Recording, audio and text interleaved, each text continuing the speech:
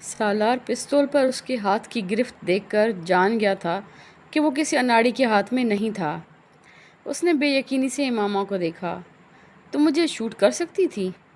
ہاں، میں تمہیں شوٹ کر سکتی تھی، مگر میں نے ایسا نہیں کیا کیونکہ تم نے مجھے کوئی دھوکہ نہیں دیا، اس نے مستحکم آواز میں کہا۔ اس نے پستول سالار کی طرف نہیں کیا تھا، صرف اپنے ہاتھ میں رکھا تھا۔ گاڑی کا لاک، اس نے بات ادھوری چھوڑتے ہوئے سالار سے کہا۔ سالار نے غیر ارادی طور پر اپنی طرف موجود بٹن دبا کر لاک کھول دیا۔ امامہ نے دروازہ کھول دیا۔ وہ اب پستول اپنی گود میں بیگ میں رکھ رہی تھی۔ دونوں کے درمیان مزید کوئی بات نہیں ہوئی۔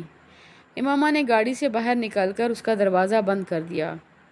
سالار نے اسے تیز قدموں کے ساتھ ایک قریب آتی ہوئی ویگن کی طرف جاتے اور پھر اس میں سوار ہوتے دیکھا۔ اس کی قوت مشاہدہ بہت تیز تھی۔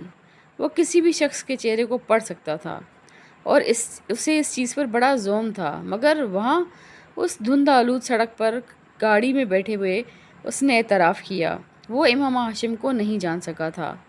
وہ اگلے کئی منٹ اسٹیئرنگ پر ہاتھ رکھے بے یقینی کے عالم میں وہیں بیٹھا رہا۔ امامہ ہاشم کے لیے اس کی ناپسندیدگی میں کچھ اور اضافہ ہو گیا تھا۔ وہ واپسی پر دھند کی پرواہ کیے بغیر پوری رفتار سے گاڑی چلا کر آیا تھا۔ پورا راستہ اس کا ذہن اسی ادھیڑ بن میں لگا ہوا تھا کہ اس نے پستول آخر کہاں سے نکالا تھا۔ وہ پورے وثوق سے کہہ سکتا تھا کہ جس وقت وہ وضو کے لیے پاؤں دھو رہی تھی اس وقت وہ پستول اس کی پنڈلی کے ساتھ نہیں تھا، ورنہ وہ ضرور اسے دیکھ لیتا۔ بعد میں نماز پڑھنے کے دوران بھی وہ بغور اسے سر سے پاؤں تک دیکھتا رہا تھا۔ پستول تب بھی اس کی پنڈلی کے ساتھ بندھا ہوا نہیں تھا۔ وہ برگر کھانے اور چائے پینے کے بعد گاڑی میں آ کر بیٹھ گئی اور وہ کچھ دیر بعد گاڑی میں آیا تھا۔ وہ یقیناً گاڑی میں موجود اس کے بیگ میں ہی ہوگا، وہ اندازے لگاتا رہا۔ وہ جس وقت اپنے گھر پہنچا اس کا موڈ آف تھا۔ گیٹ سے گاڑی اندر لے جاتے ہوئے اس نے چوکیدار کو اپنی طرف بلایا۔ رات کو میں جس لڑکی کے ساتھ یہاں سے گیا تھا تم اس کے بارے میں کسی کو نہیں بتاؤ گے، بلکہ میں رات کو کہیں نہیں گیا، سمجھ میں آیا؟ اس نے تحکمانہ انداز میں کہا۔ جی، میں کسی کو نہیں بتاؤں گا، چوکیدار نے فرمانبرداری سے سر ہلایا۔ وہ احمق نہیں تھا کہ ایسی چیزوں کے بارے میں کسی کو بتاتا پھرتا۔ اپنے کمرے میں آ کر وہ اطمینان کے ساتھ سو گیا۔ اس کا اس دن کہیں جانے کا ارادہ نہیں تھا۔ وہ اس وقت گہری نیند میں تھا جب اس نے اچانک کسی کو اپنے کمرے کے دروازے کو زور زور سے بجاتے سنا۔ وہ یکدم اٹھ کر بیٹھ گیا۔ دروازہ واقعی بج رہا تھا۔ اس نے مندی ہوئی نظروں سے وال کلاک کو دیکھا جو 4 بجا رہا تھا۔ وہ اپنی آنکھوں کو رگڑتے ہوئے اپنے بیڈ سے اٹھ کھڑا ہوا۔ اسے دروازہ بجانے والے پر شدید غصہ آ رہا تھا۔ اسی غصے کے عالم میں اس نے بڑبڑاتے ہوئے ایک جھٹکے کے ساتھ دروازہ کھول دیا۔ باہر ملازم کھڑا تھا۔ کیا تکلیف ہے تمہیں؟ کیوں اس طرح دروازہ بجا رہے ہو؟ دروازہ توڑنا چاہتے ہو تم؟ وہ دروازہ کھولتے ہی ملازم پر چلایا۔ سالار صاحب، باہر پولیس کھڑی ہے، ملازم نے گھبرائے ہوئے انداز میں کہا۔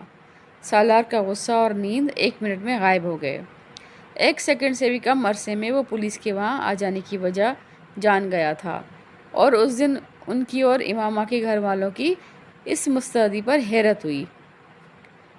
آخر چند گھنٹوں میں سیدھے اس تک کیسے پہنچ گئے؟ کس لیے آئی ہے پولیس؟ اس نے اپنی آواز کو پرسکون رکھتے ہوئے بے تاثر چہرے کے ساتھ پوچھا۔ یہ تو جی پتہ نہیں، وہ بس کہہ رہے ہیں کہ آپ سے ملنا ہے، مگر چوکیدار نے گیٹ نہیں کھولا۔ اس نے ان سے کہہ دیا ہے کہ آپ گھر پر نہیں ہیں، مگر ان کے پاس آپ کے وارنٹ ہیں اور وہ کہہ رہے ہیں کہ اگر انہیں اندر نہیں آنے دیا گیا تو وہ زبردستی اندر آ جائیں گے اور تمام لوگوں کو گرفتار کر کے لے جائیں گے۔ سالار نے بے اختیار اطمینان بھرا سانس لیا۔ چوکیدار نے واقعی بڑی عقل مندی کا مظاہرہ کیا تھا۔ اسے یقیناً یہ اندازہ ہو گیا تھا کہ پولیس رات والی لڑکی کے معاملے میں ہی تفتیش کے لیے وہاں آئی تھی، اس لیے اس نے نہ تو پولیس کو اندر آنے دیا نہ ہی انہیں یہ بتایا کہ سالار گھر پر موجود تھا۔ تم فکر مت کرو، میں کچھ نہ کچھ کرتا ہوں، سالار نے ملازم سے کہا اور واپس اپنے بیڈ روم میں آ گیا۔ وہ کسی عام شہری کا گھر ہوتا تو پولیس شاید دیوار پھلانگ کر بھی اندر موجود ہوتی، مگر اس وقت وارنٹ ہونے کے باوجود اس گھر کا سائز اور جس علاقے میں وہ واقع تھا انہیں خوف میں مبتلا کر رہے تھے۔ اگر امامہ کا خاندان بھی اثر و رسوخ والا نہیں ہوتا تو شاید اس وقت پولیس اس سیکٹر میں آنے اور خاص طور پر وارنٹ کے ساتھ آنے کی جرات ہی نہ کرتی، مگر اس وقت پولیس کے سامنے آگے کنواں پیچھے کھائی والی صورتحال تھی۔ سالار نے بیڈ روم کے اندر آتے ہی فون اٹھا کر کراچی سکندر عثمان کو فون کیا۔ پاپا، ایک چھوٹا سا پرابلم ہو گیا ہے، اس نے چھوٹتے ہی کہا۔ یہاں ہمارے گھر کے باہر پولیس کھڑی ہے اور ان کے پاس میرے گرفتاری کے وارنٹ ہیں۔ سکندر عثمان کے ہاتھ سے موبائل گرتے گرتے بچا۔ کیوں؟ یہ تو نہیں پتہ پاپا، میں سو رہا تھا، ملازم نے جگا کر مجھے بتایا۔ کیا میں جا کر پولیس والوں سے پوچھوں کہ وہ کس سلسلے میں مجھے گرفتار کرنا چاہتے ہیں؟ سالار نے بڑی فرمانبرداری اور معصومیت کے ساتھ سکندر عثمان سے پوچھا۔ نہیں، باہر نکلنے یا پولیس کو اندر بلوانے کی ضرورت نہیں ہے، تم اپنے کمرے میں ہی رہو، میں تھوڑی دیر بعد تمہیں رنگ کرتا ہوں۔ سکندر عثمان نے عجلت کے عالم میں موبائل بند کر دیا۔ سالار نے مطمئن ہو کر فون رکھ دیا۔ وہ جانتا تھا کہ اب کچھ دیر بعد پولیس وہاں نہیں ہوگی، اور واقعی ایسا ہی ہوا۔ 10-15 منٹ کے بعد ملازم نے آ کر اسے پولیس کے جانے کے بارے میں بتایا۔ ملازم ابھی اس سے بات کر ہی رہا تھا جب سکندر نے دوبارہ کال کی تھی۔ پولیس چلی گئی ہے؟ سکندر نے اس کی آواز سنتے ہی کہا۔ ہاں، چلی گئی ہے، سالار نے بڑے اطمینان بھرے انداز میں کہا۔ اب تم میری بات ٹھیک طرح سنو، میں اور تمہاری ممی رات کو کراچی سے اسلام آباد پہنچ رہے ہیں، تم تب تک گھر سے کہیں نہیں نکلو گے، سنا تم نے؟ سالار کو ان کی بات کرنے کا انداز بہت عجیب سا لگا۔ انہوں نے بہت اکھڑ انداز اور سرد موری سے اس سے بات کی تھی۔ سن لیا، وہ دوسری طرف سے فون بند کر چکے تھے۔ سالار ابھی فون بند کر رہا تھا جب اس کی نظر اپنے کمرے کے کارپیٹ پر پڑی۔ وہاں جوتے کے نشانات تھے اور اس نے دیکھا کہ ملازم بھی قدرے حیرانی کی عالم میں ان نشانات کو دیکھ رہا تھا جو کھڑکی سے قطار کی صورت میں بڑھ رہے تھے۔ جوتے کے ان نشانات کو صاف کر دو، سالار نے تحکمانہ انداز میں کہا۔ ملازم کمرے سے باہر چلا گیا۔ سالار اٹھ کر کھڑکی کے پاس آ گیا اور اس نے وہ سلائڈنگ ونڈو پوری طرح کھول دی۔ اس کا اندازہ ٹھیک تھا، جوتے کے وہ مٹی والے نشانات باہر برآمدے میں بھی موجود تھے۔ امامہ ان کیاریوں سے گزر کر دیوار پھلانگ کر ان کی کیاری میں کودی تھی، اور یہی وجہ تھی کہ اس کے جوتے کے تلے مٹی سے بھر گئے تھے، اور اس کی وجہ سے وہ مٹی کم اور کیچڑ زیادہ تھی، اور اس کے برآمدے کے سفید ماربل پر وہ نشان بالکل ایک قطار کی صورت میں آ رہے تھے۔ وہ ایک گہری سانس لیتا ہوا اندر آ گیا۔ ملازم کمرے میں ان نشانات کو صاف کرنے میں مصروف تھا۔ باہر برآمدے میں بھی پیروں کے کچھ نشانات ہیں، انہیں بھی صاف کر دینا، سالار نے اس سے کہا۔ یہ کس کے نشان ہیں؟ ملازم زیادہ دیر اپنی تجسس پر قابو نہیں رکھ سکا۔ میرے، سالار نے اکھڑ لہجے میں کہا۔ وہ رات کو کھانا کھانے میں مصروف تھا جب سکندر عثمان اور طیبہ آ گئے تھے۔ ان دونوں کے چہرے ستے ہوئے تھے۔ سالار اطمینان سے کھانا کھاتا رہا۔ وہ دونوں اسے مخاطب کیے بغیر اس کے پاس سے گزر کر چلے گئے تھے۔ کھانا ختم کر کے میرے کمرے میں آؤ، سکندر عثمان نے جاتے جاتے اس سے کہا تھا۔ سالار نے جواب دینے کی بجائے فروٹ ٹرائفل اپنی پلیٹ میں نکال لی۔ 15 منٹ بعد وہ جب ان کے کمرے میں گیا تو اس نے سکندر کو کمرے میں ٹہلتے ہوئے پایا، جبکہ طیبہ فکر مندی کے عالم میں صوفے پر بیٹھی ہوئی تھی۔ پاپا، آپ نے بلوایا تھا؟ سالار نے اندر داخل ہوتے ہوئے کہا۔ بیٹھو، پھر تمہیں بتاتا ہوں کیوں بلایا ہے۔ سکندر عثمان نے اسے دیکھتے ہی ٹہلنا بند کر دیا۔ وہ بڑے اطمینان سے طیبہ کے برابر بیٹھ گیا۔ امامہ کہاں ہے؟ سکندر نے لمحہ ضائع کیے بغیر پوچھا۔ کون امامہ؟ اس کی جگہ کوئی اور ہوتا تو اس کے چہرے پر تھوڑی بہت گھبراہٹ ضرور ہوتی، مگر وہ اپنے نام کا ایک ہی تھا۔ سکندر کا چہرہ سرخ ہو گیا۔ تمہاری بہن؟ وہ غرائے۔ میری بہن کا نام انیتا ہے پاپا۔ سالار کے اطمینان میں کوئی کمی نہیں آئی۔ تم مجھے صرف ایک بات بتاؤ، آخر تم مجھے اور کتنی بار اور کتنے طریقوں سے ذلیل کرواؤ گے؟ اس بار سکندر عثمان دوسرے صوفے پر بیٹھ گئے۔ آپ کیا کہہ رہے ہیں پاپا؟ میری سمجھ میں نہیں آ رہا، سالار نے حیرانی سے پوچھا۔ حالانکہ تمہاری سمجھ میں اب سب کچھ آ رہا ہے، انہوں نے طنزیہ انداز میں کہا۔ دیکھو، مجھے آرام سے بتا دو کہ امامہ کہاں ہے۔ یہ معاملہ اتنا سیدھا نہیں ہے جتنا تم نے سمجھ لیا ہے۔ پاپا، آپ کس امامہ کی بات کر رہے ہیں؟ میں کسی امامہ کو نہیں جانتا، میں وسیم کی بہن کی بات کر رہا ہوں۔ سکندر عثمان اس بار غرائے۔ وسیم کی بہن؟ وہ کچھ سوچ میں پڑ گیا۔ اچھا، یاد آیا، وہ جس نے مجھے ٹریٹمنٹ دیا تھا لاسٹ ایئر۔ ہاں وہی۔ اب چونکہ تمہاری یادداشت واپس آ گئی ہے، اس لیے مجھے یہ بھی بتا دو کہ وہ کہاں ہے۔ پاپا، وہ اپنے گھر میں ہوگی یا میڈیکل کالج کے ہاسٹل میں؟ میرا اس سے کیا تعلق؟ اس نے حیرانی سے سکندر سے کہا۔ اس کے باپ نے تمہارے خلاف اپنی بیٹی کی اغوا کا کیس کروایا ہے۔ میرے خلاف؟ I don't believe it. میرا امامہ سے کیا تعلق ہے؟ اس نے پرسکون لہجے اور بے تاثر چہرے کے ساتھ کہا۔ یہی تو میں جاننا چاہتا ہوں کہ تمہارا اس سے کیا تعلق ہے۔ پاپا، میں اس کو جانتا تک نہیں ہوں، ایک دو بار کے علاوہ میں اس سے ملا تک نہیں۔ پھر اس کے اغوا سے میرا کیا تعلق؟ اور مجھے تو یہ بھی نہیں پتا کہ وہ اغوا ہو گئی ہے۔ سالار، اب یہ ایکٹنگ بند کرو، مجھے بتا دو کہ وہ بچی کہاں ہے۔ میں نے ہاشم مبین سے وعدہ کیا ہے کہ میں ان کی بیٹی کو ان تک پہنچا دوں گا، تو آپ اپنا وعدہ پورا کریں۔ اگر ان کی بیٹی کو ان تک پہنچا سکتے ہیں تو ضرور پہنچائیے، مگر مجھے کیوں ڈسٹرب کر رہے ہیں؟ اس بار سالار نے ناگواری سے کہا۔ دیکھو سالار، تمہاری اور امامہ کے درمیان اگر کسی بھی قسم کی انڈرسٹینڈنگ ہے تو ہم اس معاملے کو حل کر لیں گے۔ میں خود اس کے ساتھ تمہاری شادی کروا دوں گا۔ تم فی الحال یہ بتاؤ کہ وہ کہاں ہے۔ سکندر عثمان نے اس بار اپنے لہجے میں تبدیلی لاتے ہوئے کہا۔ For God sake papa, stop it. کون سی انڈرسٹینڈنگ؟ کیسی شادی؟ میری کسی کے ساتھ انڈرسٹینڈنگ ہوتی تو میں اسے اغوا کروں گا، اور میں انڈرسٹینڈنگ ڈیولپ کروں گا امامہ جیسی لڑکی کے ساتھ؟ وہ میری ٹائپ ہے، اس بار سالار نے بلند آواز میں کہا۔ تو پھر وہ تم پر اس کی اغوا کا الزام کیوں لگا رہے ہیں؟ یہ آپ ان سے پوچھیں، مجھ سے کیوں پوچھ رہے ہیں؟ اس نے اسی ناگواری سے جواب دیا۔ آج ہاشم مبین کہہ رہا ہے، کل کوئی اور آ کر کہے گا، اور آپ پھر مجھ پر چلانا شروع کر دیں گے۔ میں نے آپ کو بتایا ہے، میں سو رہا تھا جب پولیس آ کر باہر کھڑی ہو گئی، اور اب آپ آ گئے ہیں اور آتے ہی مجھ پر۔ مجھے تو یہ تک نہیں پتا کہ وسیم کی بہن اغوا ہوئی ہے یا نہیں۔ آخر وہ لوگ مجھ پر الزام کیوں لگا رہے ہیں؟ کیا ثبوت ہے ان کے پاس کہ میں نے ان کی بیٹی کو اغوا کیا ہے؟ اور بالفرض میں نے اغوا کیا بھی ہے تو کیا میں یہاں اپنے گھر بیٹھا رہوں گا؟ مجھے اس وقت اس لڑکی کے ساتھ ہونا چاہیے۔ سالار تلخی سے بولتا رہا۔ مجھے ایس پی سے تمہارے کیس کی تفصیلات کا پتہ چلا ہے۔ پھر میں نے کراچی سے ہاشم مبین کو فون کیا۔ وہ مجھ سے بات کرنے پر تیار نہیں تھا۔ مجھے اس سے بات کرنے کے لیے منتیں کرنی پڑیں۔ اس نے مجھے تمہارے بارے میں بتایا ہے۔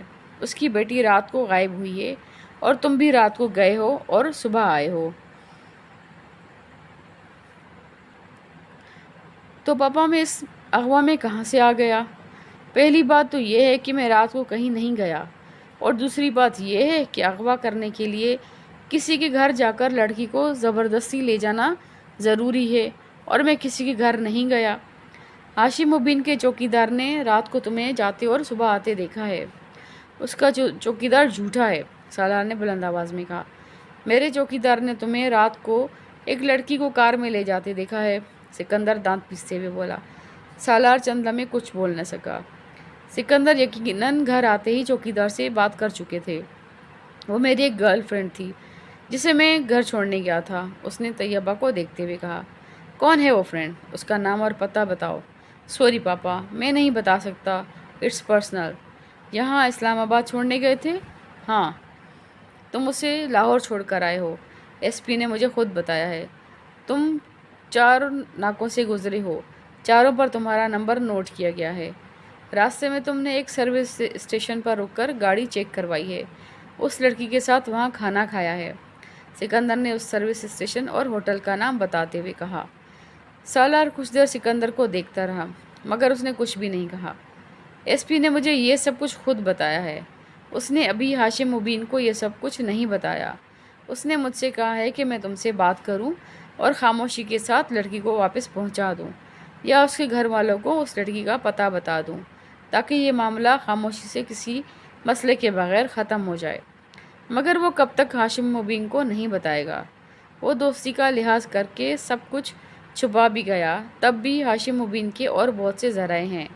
اسے وہاں سے پتہ چل جائے گا، اور پھر تمہاری پوری زندگی جیل میں گزرے گی۔ سکندر نے اسے ڈرانے کی کوشش کی۔ وہ متاثر ہوئے بغیر انہیں دیکھتا رہا۔ اب جھوٹ بولنا چھوڑ دو اور مجھے بتا دو کہ وہ لڑکی کہاں ہے۔ وہ لڑکی ریڈ لائٹ ایریا میں ہے۔ سکندر نے اس کی بات پر کرنٹ لگا۔ واٹ؟ میں اسے وہاں سے لایا تھا، وہیں چھوڑ آیا ہوں۔ وہ سفید چہرے کے ساتھ سالار کو دیکھتے رہے۔ مگر وہ امامہ نہیں تھی۔ میں پرسوں لاہور گیا ہوا تھا، وہاں سے میں رات گزارنے کے لیے اس لڑکی کو لایا تھا۔ آج میں اسے وہاں چھوڑ آیا۔ میرے پاس اس کا کوئی کانٹیکٹ نمبر تو نہیں ہے۔ آپ میرے ساتھ لاہور چلیں تو میں آپ کو اس لڑکی کے پاس لے جاتا ہوں، یا پتہ بتا دیتا ہوں۔ آپ خود یا پولیس کو کہیں کہ وہ اس لڑکی سے تصدیق کر لیں۔ کمرے میں یکدم خاموشی چھا گئی۔ طیبہ اور سکندر بے یقینی سے سالار کو دیکھ رہے تھے، جبکہ وہ بڑے مطمئن انداز میں کھڑکیوں سے باہر دیکھ رہا تھا۔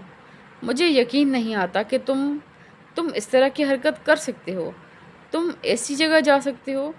ایک لمبی خاموشی کے بعد سکندر نے کہا، آئی ایم سوری پاپا، مگر میں جاتا ہوں، اور اس بات کا امامہ کے بھائی وسیم کو بھی پتہ ہے۔ میں کئی بار ویکینڈ پر اپنے دوستوں کے ساتھ وہاں جاتا رہا ہوں، اور وسیم یہ بات جانتا ہے۔ آپ اس سے پوچھ لیں۔ ایڈریس دو اس لڑکی کا۔ وہ کچھ دیر بعد ہو رہا ہے۔ میں اپنے کمرے سے لے کر آتا ہوں، اس نے اٹھتے ہوئے کہا۔ اپنے کمرے میں آ کر اس نے موبائل اٹھایا اور لاہور میں رہنے والے اپنے ایک دوست کو فون کرنے لگا۔ اسے ساری صورتحال بتانے کے بعد اس نے کہا، اکمل، میں اپنے پاپا کو ریڈ لائٹ ایریا کے اس گھر کا پتہ دے رہا ہوں جہاں ہم جاتے رہتے ہیں۔ تم وہاں کسی بھی ایسی لڑکی کو جو مجھے جانتی ہو، اس کو اس بارے میں بتا دو۔ میں ابھی کچھ دیر تک تمہیں دوبارہ فون کرتا ہوں۔ وہ کہتے ہوئے تیزی سے ایک چٹ پر ایک ایڈریس لکھنے لگا اور پھر اسے لے کر سکندر کے کمرے میں آ گیا۔ اس نے چٹ سکندر کے سامنے کر دی، جسے انہوں نے تقریباً چھین لیا۔ ایک نظر اس چٹ پر ڈال کر انہوں نے خوشمگین نظریں سے اسے دیکھا۔ دفع ہو جاؤ یہاں سے۔ وہ اطمینان سے وہاں سے آ گیا۔ اپنے کمرے میں آ کر اس نے اکمل کو دوبارہ فون کیا۔ میں تمہیں وہاں پہنچ کر فون کرتا ہوں، اکمل نے اس سے کہا۔ وہ بیڈ پر لیٹ کر اس کا انتظار کرنے لگا۔ 15 منٹ کے بعد اکمل نے اسے فون کیا۔ سالار، میں نے سنیا کو تیار کیا ہے، اسے میں نے سارا معاملہ سمجھا دیا ہے، اکمل نے اسے بتایا۔ وہ سنیا کو جانتا تھا۔ اکمل، اب تم ایک کاغذ اور پینسل لو اور میں کچھ چیزیں لکھوا رہا ہوں، اسے لکھو، اس نے اکمل سے کہا، اور پھر اسے اپنے گھر کے بیرونی منظر اور لوکیشن کی تفصیل لکھوانے لگا۔ یہ کیا؟ میں نے دیکھا ہوا ہے تمہارا گھر، اکمل نے کچھ حیرانی سے اس سے پوچھا۔ تم نے دیکھا ہے نا، سنیا نے تو نہیں؟ یہ ساری تفصیلات میں سنیا کے لیے لکھوا رہا ہوں۔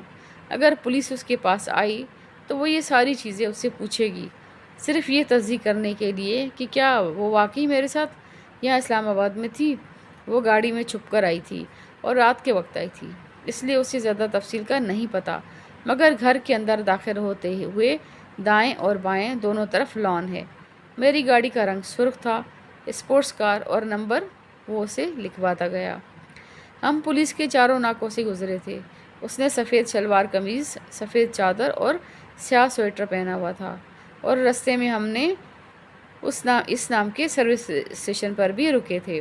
سالار نے نام بتایا۔ سروس اسٹیشن اور ہوٹل وہ دھند کی وجہ سے صحیح طرح نہیں دیکھ سکی۔ سالار یکے بعد دیگرے ہر چیز کو تفصیلاً لکھواتا گیا۔ سروس اسٹیشن پر گاڑی ٹھیک کروانے والے آدمی سے لے کر چائے بنانے والے لڑکے کے حلیے اور اس کمرے کی تفصیلات، انہوں نے کیا کھایا تھا، سالار اور لڑکے کے درمیان کیا گفتگو ہوئی تھی، اس نے چھوٹی چھوٹی تفصیلات اسے لکھوائی تھیں۔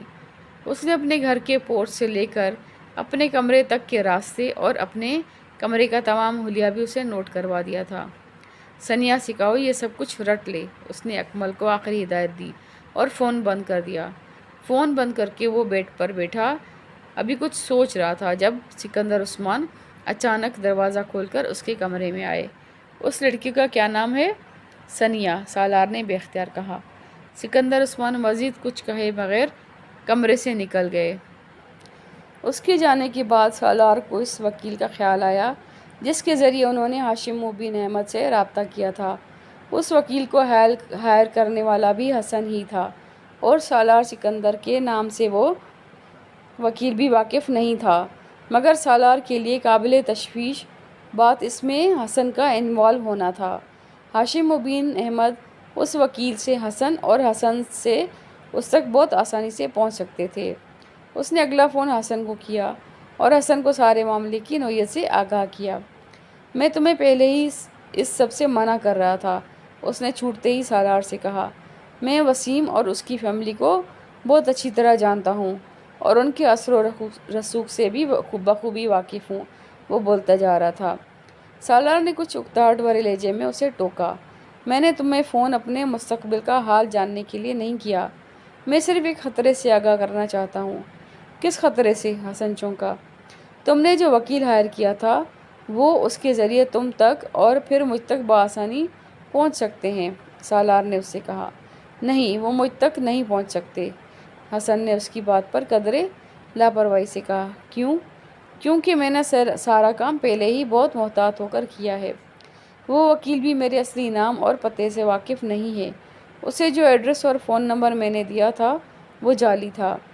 سالار بے اختیار مسکرایا۔ اسے حسن سے ایسی عقل مندی اور چالاکی کی توقع رکھنی چاہیے تھی، وہ ہر کام بڑی صفائی سے سر انجام دینے کا ماہر تھا۔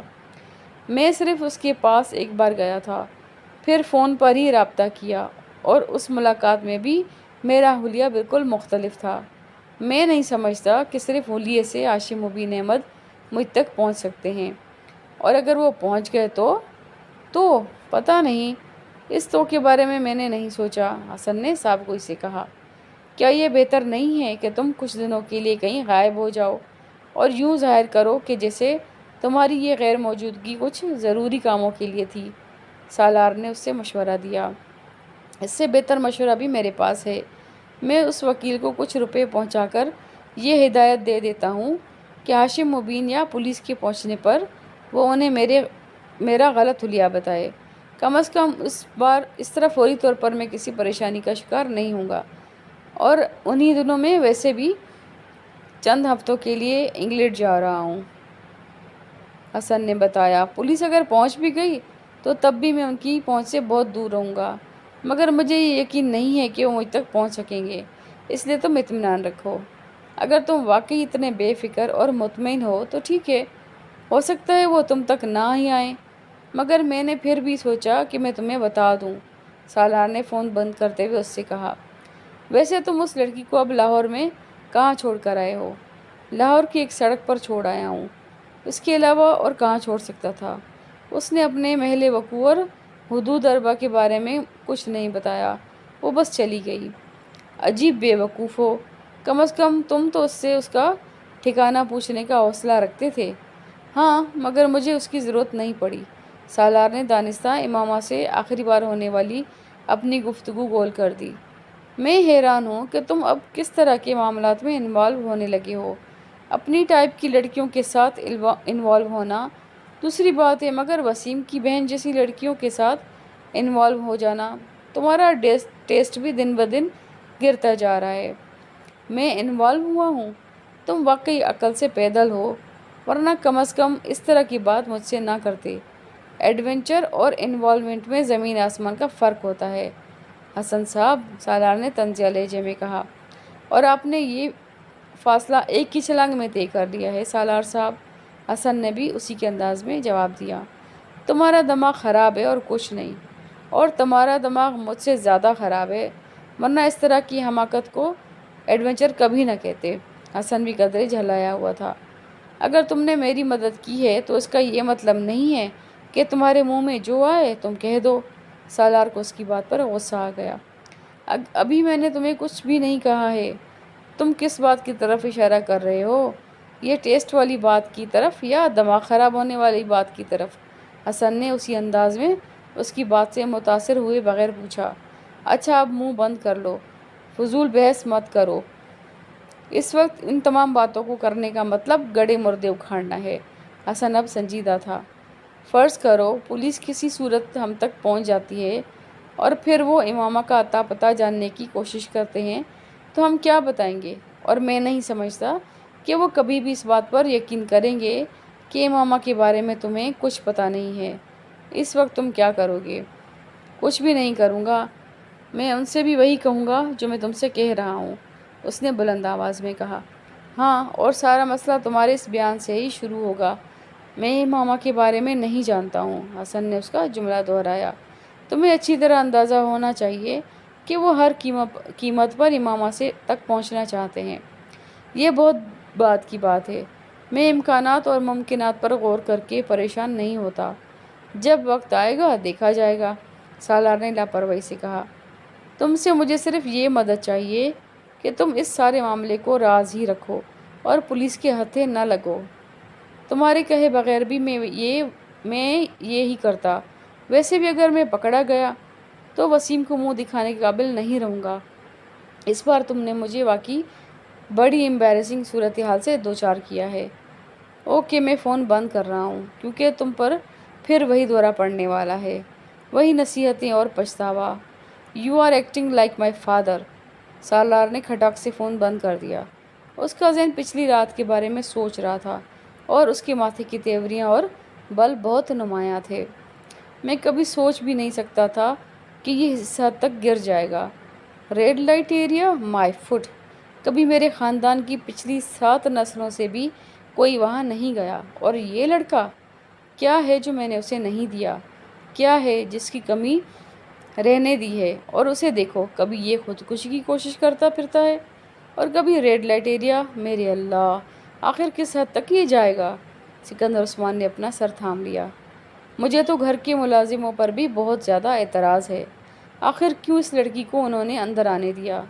گھر کے معاملات پر نظر رکھنی چاہیے انہیں۔ طیبہ نے بات کا موضوع بدلتے ہوئے کہا۔ گھر کے معاملات اور مالک کے معاملات پر نظر رکھنے میں زمین آسمان کا فرق ہوتا ہے۔ یہاں معاملہ گھر کا نہیں تھا، مالک کا تھا، سکندر نے طنزیہ لہجے میں کہا۔ اور پھر اس میں سے کسی نے بھی کسی لڑکی کو یہاں آتے نہیں دیکھا۔ وہ کہتا ہے وہ اسے اسی دن لایا تھا۔ چوکیدار کہتا ہے کہ ایسا نہیں ہوا، اس نے اس کے ساتھ کسی لڑکی کو آتے نہیں دیکھا۔ ہاں، جاتے ضرور دیکھا ہے۔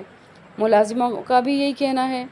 انہوں نے نہ تو کسی لڑکی کو آتے دیکھا ہے اور نہ ہی جاتے دیکھا ہے، سکندر نے کہا۔ اس کا مطلب ہے کہ وہ یقیناً اس لڑکی کو اچھی طرح چھپا کر لایا ہوگا۔ شیطانی دماغ ہے اس کا، یہ تم جانتی ہو۔ تم صرف یہ دعا کرو کہ یہ سارا معاملہ ختم ہو جائے، ہاشم مبین کی بیٹی مل جائے اور ہماری جان چھوٹ جائے، تاکہ ہم اس کے بارے میں کچھ سوچ سکیں، سکندر عثمان نے کہا۔ میری تو سمجھ میں نہیں آتا، آخر مجھ سے ایسی کون سی غلطی ہو گئی ہے جس کی مجھے یہ سزا مل رہی ہے؟ میری تو سمجھ میں نہیں آتا کہ میں کیا کروں۔ وہ بے حد بے بس نظر آ رہے تھے۔ وہ اگلی روز صبح معمول کے مطابق اٹھا اور کالج جانے کے لیے تیار ہونے لگا۔ ناشتہ کرنے کے لیے وہ ڈائننگ ٹیبل پر آیا تو اس نے خلاف معمول وہاں سکندر عثمان کو موجود پایا۔ وہ عام طور پر اس وقت ناشتہ نہیں کیا کرتے تھے، ذرا دیر سے فیکٹری جایا کرتے تھے۔ سالار کو اس وقت انہیں وہاں موجود پا کر کچھ حیرت ہوئی، مگر ان کے ستے ہوئے چہرے اور سرخ آنکھوں سے اندازہ ہو رہا تھا کہ وہ شاید ساری رات نہیں سو سکے تھے۔ سالار کو صبح صبح باہر نکلنے کے لیے تیار دیکھ کر انہوں نے قدرے درستی سے اس سے کہا، تم کہاں جا رہے ہو؟ کالج؟ دماغ ٹھیک ہے تمہارا؟ میرے گلے میں یہ مصیبت ڈال کر تم خود کالج جا رہے ہو؟ جب تک یہ معاملہ ختم نہیں ہو جاتا تم کہیں نہیں جاؤ گے۔ تمہیں پتہ ہے تم کتنے خطرے میں ہو؟ کیسا خطرہ؟ وہ ٹھٹکا۔ میں نہیں چاہتا ہاشم مبین تمہیں کوئی نقصان پہنچائے، اس لیے فی الحال تمہارے لیے یہی بہتر ہے کہ تم گھر پر رہو، سکندر عثمان نے دو ٹوک لہجے میں کہا۔ اس کی بیٹی مل جائے پھر تم دوبارہ کالج چلے جانا۔ اس کی بیٹی اگر 1 سال نہیں ملے گی تو کیا میں 1 سال تک اندر بیٹھا رہوں گا؟ آپ نے اسے میرے بیان کے بارے میں بتایا نہیں ہے، سالار نے تیز لہجے میں کہا۔ میں اسے بتا چکا ہوں، ثنیا نے بھی تمہاری بات کی تصدیق کر دی تھی۔ ان کے لہجے میں ثنیا کا نام لیتے ہوئے تلخی تھی۔ مگر ہاشم مبین ابھی بھی مصر ہے کہ اس کی بیٹی کو تم نے ہی اغوا کیا ہوا ہے۔ تو میں کیا کروں؟ اسے یقین نہیں آتا تو نہ آئے، مجھے کیا فرق پڑتا ہے؟ سالار نے لاپرواہی سے کہتے ہوئے ناشتے کی طرف ہاتھ بڑھایا۔ تمہیں فرق نہیں پڑتا، مجھے پڑتا ہے۔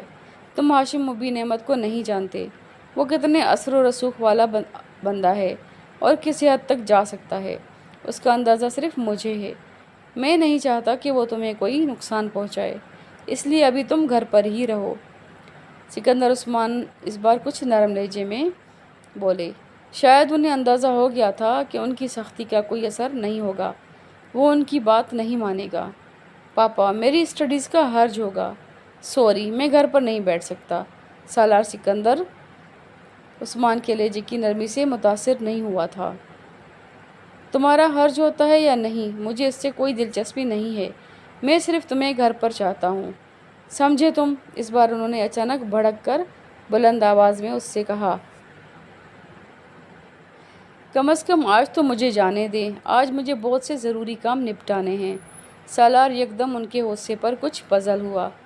تم وہ کام ڈرائیور کو بتا دو، وہ کر دے گا، یا پھر کسی دوست سے فون پر بات کر لو، سکندر نے حتمی انداز میں کہا۔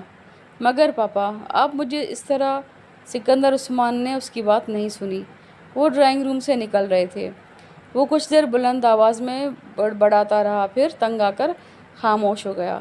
وہ جانتا تھا کہ سکندر عثمان اسے باہر نکلنے نہیں دیں گے، مگر اسے اس بات کی توقع نہیں تھی۔ اس کا خیال تھا کہ ثانیہ کو سامنے لانے پر اس کی اپنی فیملی کے ساتھ ہاشم مبین بھی مطمئن ہو جائیں گے، اور کم از کم یہ مصیبت اس کے کندھوں سے اتر جائے گی۔ مگر اس کے لیے سکندر عثمان کا یہ انکشاف حیران کن تھا کہ ہاشم مبین نے ابھی بھی اس کے بیان پر یقین نہیں کیا تھا۔ سالار وہاں بیٹھا ناشتہ کرتے ہوئے کچھ دیر ان تمام معاملات کے بارے میں سوچتا رہا۔ کالج نہ جانے کا مطلب گھر میں بند ہو جانا تھا، اور وہ گھر میں بند نہیں ہونا چاہتا تھا۔ اس کا موڈ یکدم آف ہو گیا۔ ناشتہ کرتے کرتے اس نے اسے ادھورا چھوڑ دیا اور اپنے کمرے کی طرف چل دیا۔ سکندر صاحب، میں آپ سے ایک بات کہنا چاہتی ہوں۔ وہ لاؤنج میں بیٹھے تھے جب ملازمہ کچھ جھجکتے ہوئے ان کے پاس آئی۔ ہاں کہو۔ پیسوں کی ضرورت ہے، سکندر عثمان نے اخبار پڑھتے ہوئے کہا۔ وہ اس معاملے میں خاصے فرح دل تھے۔ نہیں صاحب جی، ایسی کوئی بات نہیں ہے، میں کچھ اور کہنا چاہتی ہوں آپ سے۔ بولو۔ وہ ہنوز اخبار میں منہمک تھے۔ ملازمہ کچھ پریشان ہونے لگی۔ ناصرہ نے بہت سوچ سمجھ کر سالار اور امامہ کے بارے میں سکندر عثمان کو بتانے کا فیصلہ کیا تھا، کیونکہ اسے یہ سب کچھ اب بہت پریشان کن لگ رہا تھا۔ وہ نہیں چاہتی تھی کہ جلد یا بد دیر یہ پتہ لگ جائے کہ ان دونوں کے درمیان رابطے کا ذریعہ وہ تھی، اور پھر اسے اور اس کے پورے خاندان کو پولیس کا سامنا کرنا پڑے۔ اسی لیے اپنے شوہر سے مشورے کے بعد اس نے سکندر عثمان کو سب کچھ بتانے کا فیصلہ کر لیا تھا، تاکہ کم از کم وہ دونوں گھر والوں میں سے کسی ایک کی ہمدردی اپنے ساتھ رکھے۔ چپ کیوں ہو، بولو۔ سکندر عثمان نے اسے خاموش پا کر ایک بار پھر اس سے کہا۔ ان کی نظریں ابھی بھی اخبار پر جمی ہوئی تھیں۔ سکندر صاحب، میں آپ کو سالار صاحب کے بارے میں کچھ بتانا چاہتی ہوں، ناصرہ نے بالآخر ایک طویل توقف کے بعد کہا۔ سکندر عثمان نے بے اختیار اخبار اپنے چہرے کے سامنے سے ہٹا کر اسے دیکھا۔ سالار کے بارے میں کیا کہنا چاہتی ہو؟ انہوں نے اخبار کو سامنے سینٹر ٹیبل پر پھینکتے ہوئے سنجیدگی سے کہا۔ سالار صاحب اور امامہ بی بی کے بارے میں کچھ بتانا چاہتی ہوں۔ سکندر عثمان کا دل بے اختیار اچھل کر حلق میں آ گیا۔ کیا؟ بہت دن پہلے ایک دن سالار صاحب نے مجھ سے کہا تھا کہ میں ان کا موبائل اپنی بیٹی کے ہاتھ امامہ بی بی کو پہنچا دوں۔ سکندر عثمان کو لگا وہ دوبارہ کبھی مل نہیں سکیں گے، تو ہاشم مبین احمد کا خیال اور اصرار ٹھیک تھا، ان کے بدترین قیاس اور اندازے درست تھے۔ پھر انہیں اپنی آواز کسی کھائی سے آتی لگی۔ میں نے انکار کر دیا کہ یہ کام میں نہیں کر سکتی، مگر انہوں نے مجھے بہت دھمکایا۔ انہوں نے کہا کہ وہ مجھے گھر سے نکال دیں گے، جس پر مجبوراً میں وہ موبائل امامہ بی بی تک پہنچانے کے لیے تیار ہو گئی۔ اپنی پوزیشن کو محفوظ رکھنے کے لیے ناصرہ نے اپنے بیان میں جھوٹ کی آمیزش کرتے ہوئے کہا۔ پھر اس کے کچھ دن بعد ایک دن سالار صاحب نے کہا کہ میں کچھ کاغذات امامہ بی بی تک پہنچاؤں، اور پھر اسی وقت ان کاغذات کو واپس لے آؤں۔ میں نے اپنی بیٹی کے ذریعے وہ کاغذات بھی امامہ بی بی کے پاس پہنچا کر واپس منگوا لیے اور سالار صاحب کو دے دیے۔ میں نے سالار صاحب سے ان کاغذات کے بارے میں پوچھا، مگر انہوں نے نہیں بتایا۔ مگر مجھے شک تھا کہ شاید وہ نکاح نامہ تھا، کیونکہ اس وقت سالار صاحب کے کمرے میں 5 لوگ موجود تھے، ان میں سے کوئی ایک مولوی بھی تھا۔ سکندر عثمان کو وہاں بیٹھے بیٹھے ٹھنڈے پسینے آنے لگے تھے، اور یہ کب کی بات ہے؟ امامہ بی بی کے جانے سے چند دن پہلے کی، ناصرہ نے کہا۔ تم نے مجھے اس بارے میں کیوں نہیں بتایا؟ سکندر عثمان نے درست لہجے میں کہا۔ میں بہت خوفزدہ تھی صاحب جی، سالار صاحب نے مجھے دھمکیاں دی تھیں کہ اگر میں نے آپ کو یا کسی اور کو اس معاملے کے بارے میں بتایا تو وہ مجھے یہاں سے باہر پھینکوا دیں گے، ناصرہ نے کہا۔ وہ کون لوگ تھے؟ انہیں پہچانتی ہو؟ سکندر عثمان نے بے حد اضطراب کے عالم میں کہا۔ بس ایک کو، حسن صاحب تھے۔ اس نے سالار کے ایک دوست کا نام لیا۔ باقی اور کسی کو میں نہیں پہچانتی، ناصرہ نے کہا۔ میں بہت پریشان تھی، آپ کو بتانا چاہتی تھی مگر ڈرتی تھی کہ آپ میرے بارے میں کیا سوچیں گے، مگر اب مجھ سے برداشت نہیں ہوا۔ اور کون کون اس کے بارے میں جانتا ہے؟ سکندر عثمان نے کہا۔ کوئی بھی نہیں، بس میں، میری بیٹی اور میرا شوہر، ناصرہ نے جلدی سے کہا۔ ملازموں میں سے کسی اور کو کچھ پتہ ہے؟ توبہ کریں جی، میں کیوں کسی کو کچھ بتاتی؟ میں نے کسی کو کچھ نہیں بتایا۔ تم نے جو کچھ کیا اس کے بارے میں تو میں بعد میں طے کروں گا، مگر فی الحال تم ایک بات اچھی طرح ذہن نشین کر لو، تم کسی کو بھی اس سارے معاملے کے بارے میں نہیں بتاؤ گی۔ اپنا منہ ہمیشہ کے لیے بند کر لو، ورنہ اس بار میں نہ صرف تمہیں واقعی اس گھر سے نکال دوں گا، بلکہ میں ہاشم مبین اور پولیس سے کہہ دوں گا کہ یہ سب کچھ تم نے کروایا ہے۔ تم نے ہی ان دونوں کو گمراہ کیا تھا اور تم ہی ان دونوں کے پیغامات ایک دوسرے تک پہنچاتی رہی۔ پھر پولیس تمہارے ساتھ اور تمہارے خاندان کے ساتھ کیا کرے گی تمہیں یاد رکھنا چاہیے۔ تمہاری ساری عمر جیل کے اندر ہی گزر جائے گی۔ وہ غصے کے عالم میں اسے دھمکا رہے تھے۔ نہیں صاحب جی، میں کسی کو کچھ کیوں بتاؤں گی؟ آپ میری زبان کٹوا دیجیے گا اگر میرے منہ سے دوبارہ اس کے بارے میں کچھ سنیں۔ ناصرہ گھبرا گئی، مگر سکندر عثمان نے رکھائی کے ساتھ اس کی بات کاٹ دی۔ اب بس کافی ہے، اب تم یہاں سے جاؤ، میں تم سے بعد میں بات کروں گا، انہوں نے اسے جانے کا اشارہ کرتے ہوئے کہا۔ سکندر عثمان پریشانی کے عالم میں ادھر ادھر ٹہلنے لگے۔ اس وقت ان کے سر پر واقعی آسمان ٹوٹ پڑا تھا۔ اس وقت انہیں پہلی بار سالار کے ہاتھوں بے وقوف بننے کا احساس ہو رہا تھا۔ وہ کس ڈھٹائی، مہارت اور بےہودگی سے ان سے جھوٹ پر جھوٹ بولتا اور انہیں دھوکہ دیتا گیا تھا، اور انہیں اس کا احساس تک نہیں ہو سکا تھا۔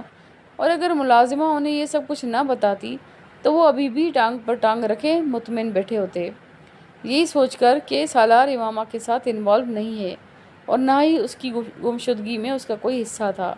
وہ چند دن گھر پر رہ کر ایک بار پھر کالج جانا شروع کر چکا تھا۔ وہ جانتے تھے کہ سالار کی نگرانی کروائی جا رہی تھی اور ہاشم مبین احمد کو سب کچھ پتہ چلنے کا مطلب کیا تھا۔ وہ اچھی طرح جانتے تھے۔ ان کا کچھ دیر پہلے کا اطمینان یکدم ختم ہو گیا تھا۔ وہ اندازہ کر سکتے تھے کہ وہ کاغذات کیسے تھے، ان 5 آدمیوں کی موجودگی کا مطلب کیا تھا، سالار اور امامہ کے درمیان تعلق کی نوعیت کیا تھی، اور اس وقت ان کا دل چاہ رہا تھا کہ وہ اس کا گلا دبا دیں یا پھر اسے شوٹ کر دیں، مگر وہ جانتے تھے وہ یہ دونوں کام نہیں کر سکتے تھے۔ سالار سکندر ان کا وہ بیٹا تھا جس سے وہ اپنی اولاد میں سب سے زیادہ محبت کرتے تھے، اور اس طرح بے وقوف بننے کے بعد پہلی بار وہ سوچ رہے تھے کہ وہ اب سالار سکندر کی کسی بات پر یقین نہیں کریں گے۔ وہ اسے مکمل طور پر ہر معاملے کے بارے میں اندھیرے میں رکھیں گے، ویسے ہی جیسے وہ کر رہا تھا۔ اس کی امامہ سے جان پہچان کیسے ہوئی؟ سکندر عثمان نے اپنے گھر میں بے چینی سے ٹہلتے ہوئے طیبہ سے پوچھا۔ مجھے کیا پتا کہ اس کی جان پہچان امامہ سے کیسے ہوئی؟ کوئی بچہ تو ہے نہیں کہ میری انگلی پکڑ کر چلتا ہو، طیبہ نے قدرے خفگی سے کہا۔ میں نے تم سے بہت بار کہا تھا کہ اس پر نظر رکھا کرو، مگر تمہیں اپنی ایکٹیویٹیز سے فرصت ملے تو تم کسی اور کے بارے میں سوچو۔ اس پر توجہ دینا صرف میرا ہی فرض کیوں ہے؟ طیبہ ایک دم بھڑک اٹھی۔ آپ کو بھی تو اپنی ایکٹیویٹیز چھوڑ دینی چاہیے، سارا الزام میرے ہی سر کیوں؟ میں تم پر کوئی الزام نہیں دے رہا، اور اس بحث کو ختم کرو۔ امامہ کے ساتھ شادی، تم اندازہ کر سکتی ہو کہ ہاشم مبین کو جب اس تعلق کا پتہ چلے گا تو وہ کیا تماشا کھڑا کریں گے؟ مجھے یہ سوچ کر شوق لگ رہا ہے کہ اس نے ایسی حرکت کرنے کا سوچ کیسے لیا۔ اسے بالکل بھی احساس نہیں ہوا کہ ہماری اور ہماری فیملی کی سوسائٹی میں کتنی عزت ہے، سکندر نے طیبہ کے قریب صوفے پر بیٹھتے ہوئے کہا۔ ایک پرابلم ختم ہوتی ہے تو ہمارے لیے دوسری پرابلم شروع ہو جاتی ہے۔ یہ سارا چکر اسی وقت شروع ہوا ہوگا جب پچھلے سال اس نے خودکشی کی کوشش کرنے کے بعد اس کی جان بچائی تھی۔ ہم بیوقوف تھے کہ ہم نے اس معاملے پر نظر نہیں رکھی، ورنہ شاید یہ سب بہت پہلے سامنے آ جاتا۔ سکندر عثمان اپنی کنپٹی مسلتے ہوئے کہنے لگے، اور یقیناً یہ لڑکی بھی اس کے ساتھ اپنی مرضی سے انوالو ہوئی ہوگی، ورنہ اس طرح کوئی کسی کے ساتھ مرضی کے خلاف تو نکاح نہیں کر سکتا۔ اور ہاشم مبین احمد کو دیکھیں، وہ یوں شور مچا رہا ہے جیسے اس کی بیٹی کا اس میں کوئی قصور نہیں ہے۔ جو کیا ہے سالار نے ہی کیا ہے، انہوں نے تو FIR بھی اغوا کی درج کروائی ہے۔ طیبہ نئے سرے سے سلگنے لگی۔ جو بھی ہے قصور تمہارے بیٹے کا ہے، ورنہ وہ ایسے کاموں میں پڑتا نہ اس طرح پھنستا۔ اب تو تم صرف یہ سوچو کہ تمہیں اس صورتحال سے کس طرح بچنا ہے۔ ابھی ہم اتنی بری طرح نہیں پھنسے جس طرح آپ سوچ رہے ہیں۔ اس پر یہ جرم ثابت نہیں ہوا۔ پولیس یا ہاشم مبین احمد کے پاس کوئی ثبوت نہیں ہے، اور ثبوت کے بغیر وہ کچھ نہیں کر سکتے۔ اور جس دن ان تک کوئی ثبوت پہنچ گیا، اس دن کیا ہوگا، تم نے یہ سوچا ہے؟ سکندر عثمان نے کہا۔ آپ پھر امکانات کی بات کر رہے ہیں۔ ایسا ہوا تو نہیں ہے، اور ہو سکتا ہے ہو بھی نہ۔ اس نے اگر ہمیں اتنا بڑا دھوکہ دے دیا ہے تو ہو سکتا ہے ایک اور دھوکہ یہ ہو کہ اس کا رابطہ اس لڑکی کے ساتھ نہیں ہے۔